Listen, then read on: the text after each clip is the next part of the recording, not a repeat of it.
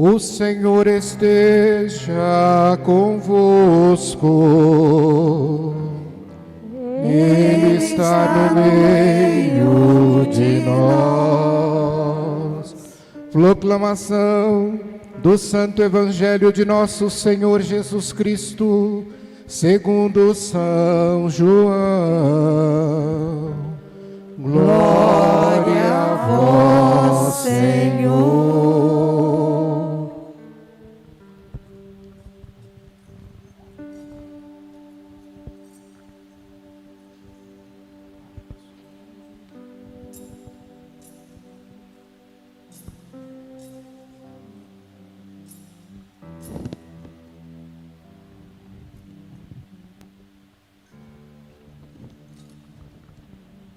Ao anoitecer daquele dia, o primeiro da semana, estando fechada por medo dos judeus as portas do lugar onde os discípulos se encontravam, Jesus entrou e, pondo-se no meio deles, disse: a paz esteja convosco. Depois destas palavras, mostrou-lhes as mãos e o lado. Então os discípulos se alegraram por verem o Senhor. Novamente Jesus disse: a paz esteja convosco. Como o Pai me enviou, também eu vos envio. E depois de ter dito isso, soprou sobre eles e disse: recebei o Espírito Santo. A quem perdoardes os pecados, eles lhe serão perdoados. A quem não os perdoardes, eles lhe serão retidos. Palavra da salvação. Glória a vós, Senhor.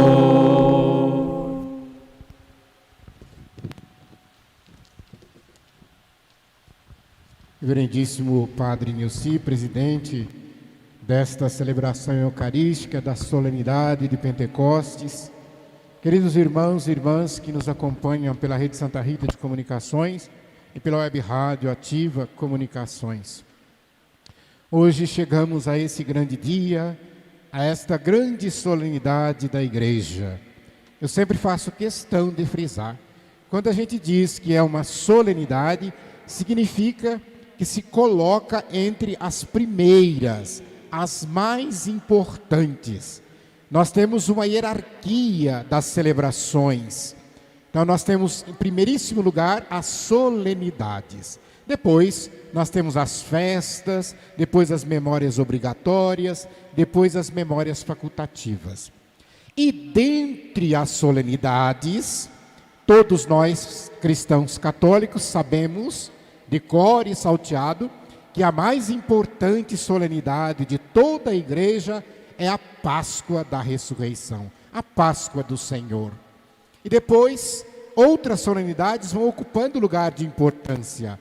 E aí é claro que os teólogos divergem às vezes entre si, se a segundo lugar seria o Natal ou Pentecostes. Mas, ou seja, a solenidade que nós estamos celebrando hoje se coloca entre as três mais importantes da Igreja.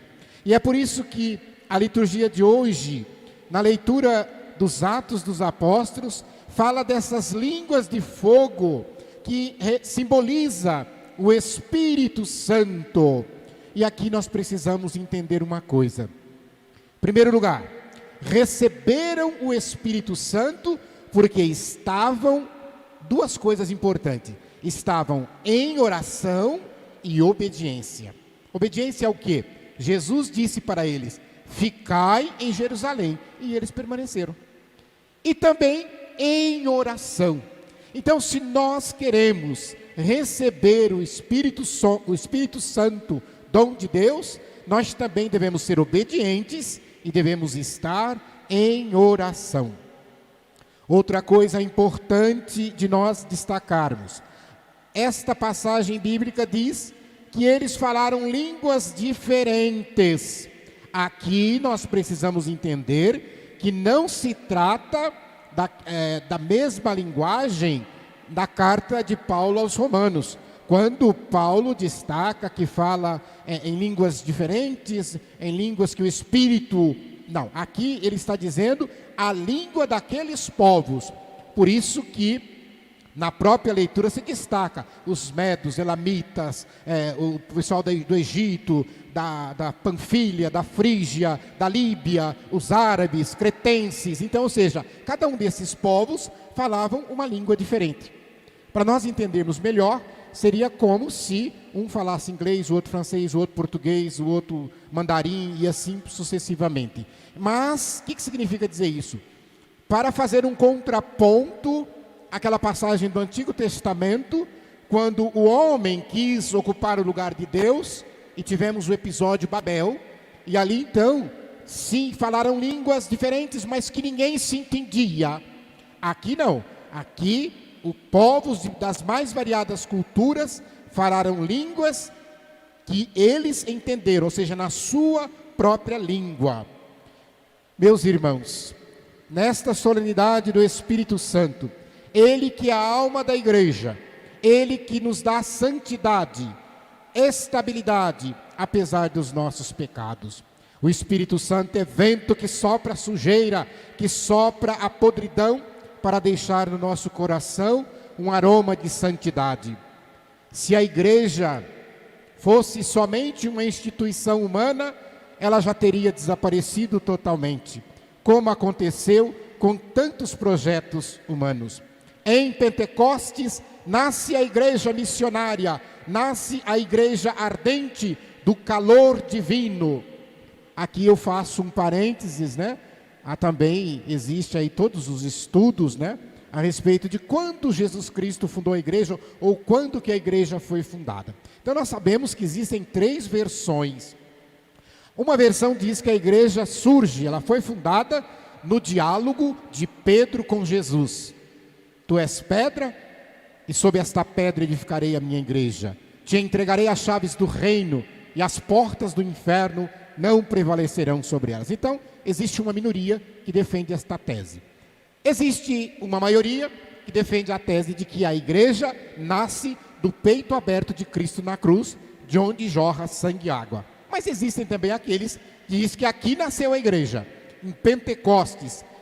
Eu poderia até concordar nesse aspecto que falamos. A igreja missionária, o Espírito Santo que vem para mover a igreja, fazendo se tornar realidade, fazendo se tornar concreto a promessa de Jesus a Pedro, a aliança que ele faz com Pedro, de que as portas do inferno jamais prevaleceriam sobre a igreja.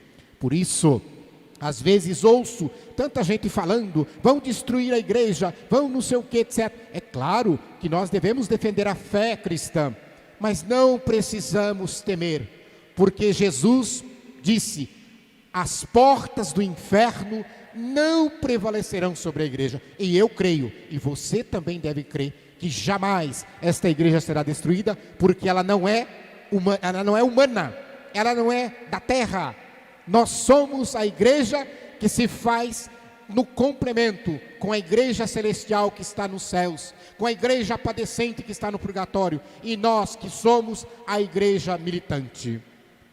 E depois na carta de Paulo aos Coríntios, nos é ensinado que este Espírito Santo é que nos faz reconhecer Jesus como Senhor. Quem não se abre à ação do Espírito Santo, quem resiste, porque às vezes a pessoa fala assim, mas não acontece nada, eu clamei o Espírito Santo, mas porque você clamou com a boca, mas o teu coração estava fechado. Nós precisamos abrir, deixar o Espírito Santo agir em nós. E quantas vezes nós não deixamos o Espírito Santo agir em nós por vergonha, por medo, por respeito humano, aquela história, o que vão dizer de mim? Eu estou preocupado, então eu não deixo o Espírito Santo transformar a minha vida, eu não abraço os dons que Ele derrama sobre todos nós. E aí, é preciso entender também que o Espírito Santo, Ele não derrama o dom sobre uma pessoa para ela usar para o seu bem pessoal. Mas os dons do Espírito Santo é para colocar a serviço da comunidade. Não é para fazer você ficar rico, não é para fazer você ter mulher bonita, não é para fazer você estudar e ganhar outras coisas. Não, o Espírito Santo é para você fazer o reino de Deus acontecer aqui na terra. Meus irmãos, na solenidade de Pentecostes, nós precisamos entender que Pentecostes é de suma importância, porque ele é um evento perene. Ele não aconteceu lá na igreja primitiva e ficou lá na história. Não, o Espírito Santo continua a ser derramado em nossos corações até a volta de Jesus. E Jesus, nós lemos essa semana que passou inteirinha, essa promessa de Jesus, para que nós não ficássemos sozinhos, porque Jesus sabia que sozinhos nós não iríamos para lugar nenhum. Sozinhos a mensagem do Evangelho não chegaria tão longe quanto chegou. Por isso que nós falamos que o Espírito Santo continua a ser derramado. E se nós olharmos, a palavra de Deus, a Sagrada Escritura, era ali no começo só em hebraico, aramaico e depois grego. Hoje, esta palavra é proclamada em todas as línguas, em todas as nações, nas mais diferentes culturas, e essa língua é entendida por cada um. E aqui eu preciso entender como é que nós entendemos na Eucaristia. Quando nós estamos ao redor do altar, na Eucaristia, se você participar de uma missa e o padre estiver celebrando a missa em inglês, o padre estiver celebrando a missa em francês, você pode não entender francês, você pode não entender inglês, mas a missa você vai entender. Você vai saber o mistério que ali está acontecendo. Você vai compreender a dimensão deste mistério. Eu já tive esta graça, não sei se você já teve, de participar de uma Santa Missa, onde inclusive proclamei o Evangelho, obviamente em português, mas que tinha na Assembleia mais de 30 países diferentes, as pessoas que ali compunham. E a hora que o presidente da celebração eucarística, era o cardeal Rilco, ele estava, por exemplo, quando ele começou a rezar o Pai Nosso, ele começou a rezar em italiano, mas cada um rezava o Pai Nosso na sua língua, e aquilo é muito bonito, aquilo é um verdadeiro Pentecostes. Também preciso destacar uma coisa que não podemos perder de vista: ninguém é dono do Espírito Santo. Tem gente que parece que acha que o Espírito Santo é propriedade dele. Eu vou pegar o Espírito Santo para mim, pôr debaixo do braço e ficar com ele para mim. E ele vai ficar ao meu dispor para fazer o que eu preciso? Não.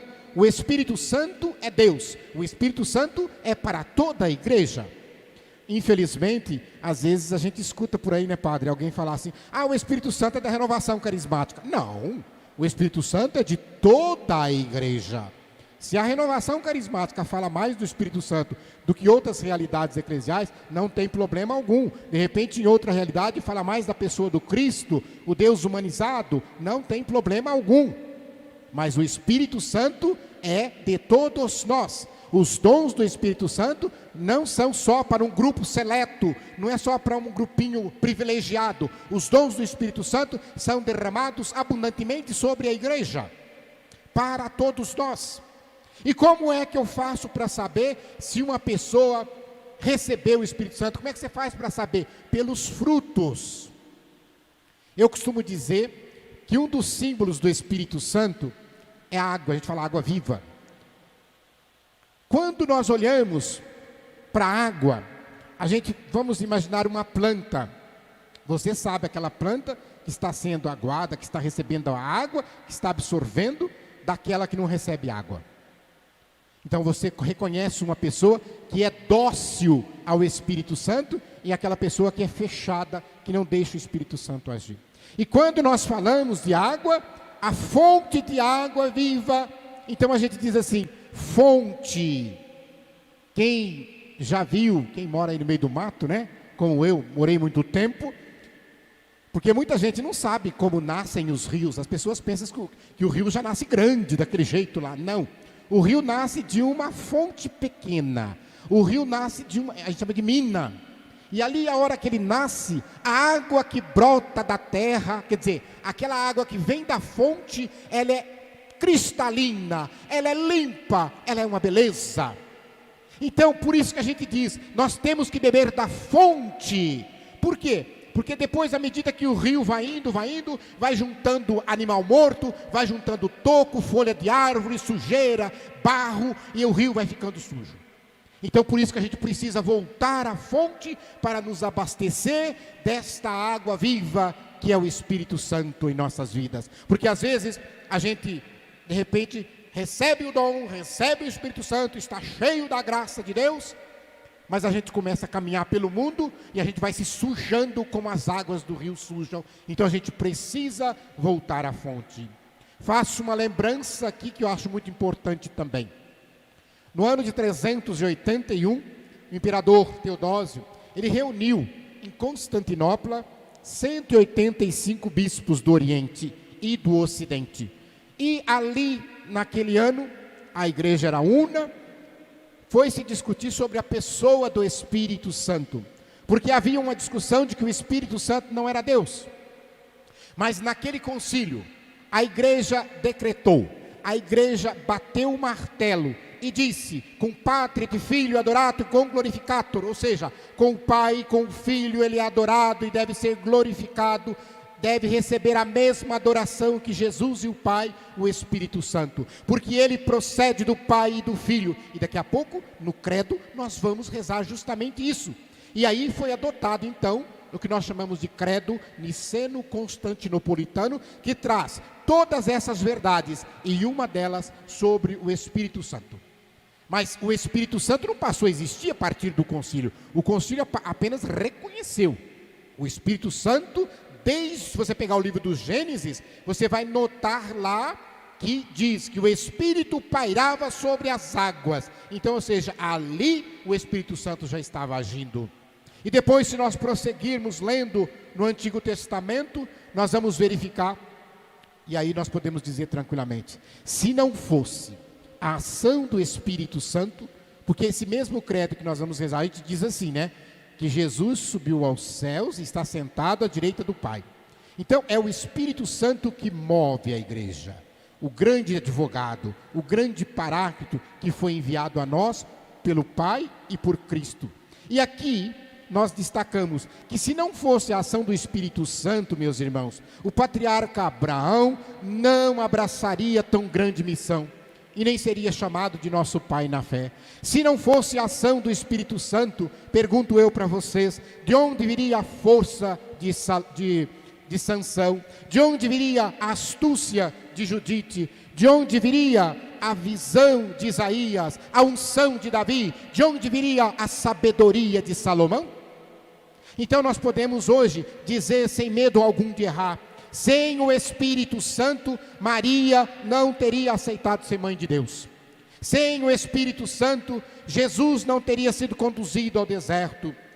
Sem o Espírito Santo, os apóstolos não teriam ousadia de pregar o Evangelho, inclusive custando-lhes a própria vida. Sem o Espírito Santo, nós não teríamos tantos mártires. Nós não teríamos as virgens consagradas. Sem o Espírito Santo, nós não teríamos homens que se configuram a Cristo, cabeça e pastor. Nós não teríamos leigos e leigas comprometidos com a evangelização.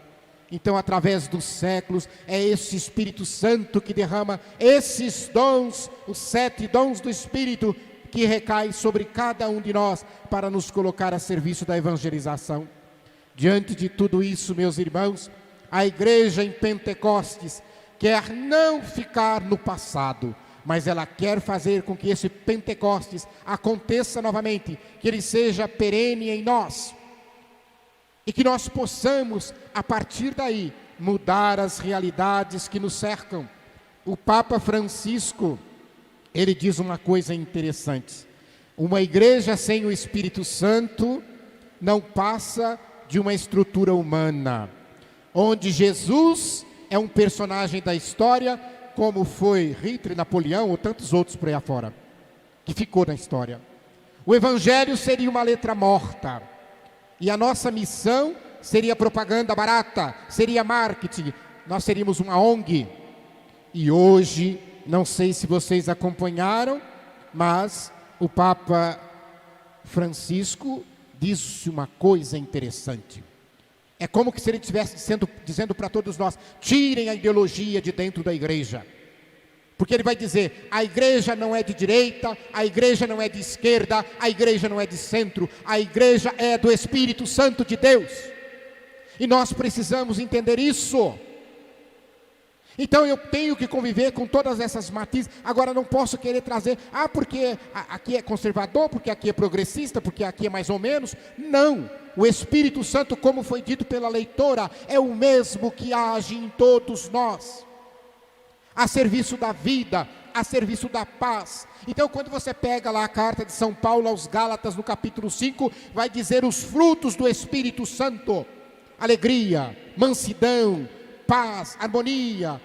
Se você não está produzindo na sua vida esses frutos, cuidado, talvez não seja o Espírito Santo que esteja derramando dons sobre você. É o espírito do mundo, o espírito porco, mas não o Espírito de Deus, porque o Espírito de Deus traz paz, o Espírito de Deus nos traz segurança, o Espírito de Deus nos dá a coragem, assim como esses apóstolos. E para concluir, lembrar, neste evangelho que nós proclamamos hoje, que sempre é o mesmo evangelho do domingo da Páscoa, aqui diz que o primeiro derramamento do Espírito Santo não foi lá no livro dos Atos dos Apóstolos, foi aqui, no primeiro dia da ressurreição. Assim diz o evangelho, na tarde, ao anoitecer daquele primeiro dia da semana. O primeiro dia da semana é domingo. Jesus apareceu aos apóstolos, e aqui ele instituiu o sacramento da reconciliação.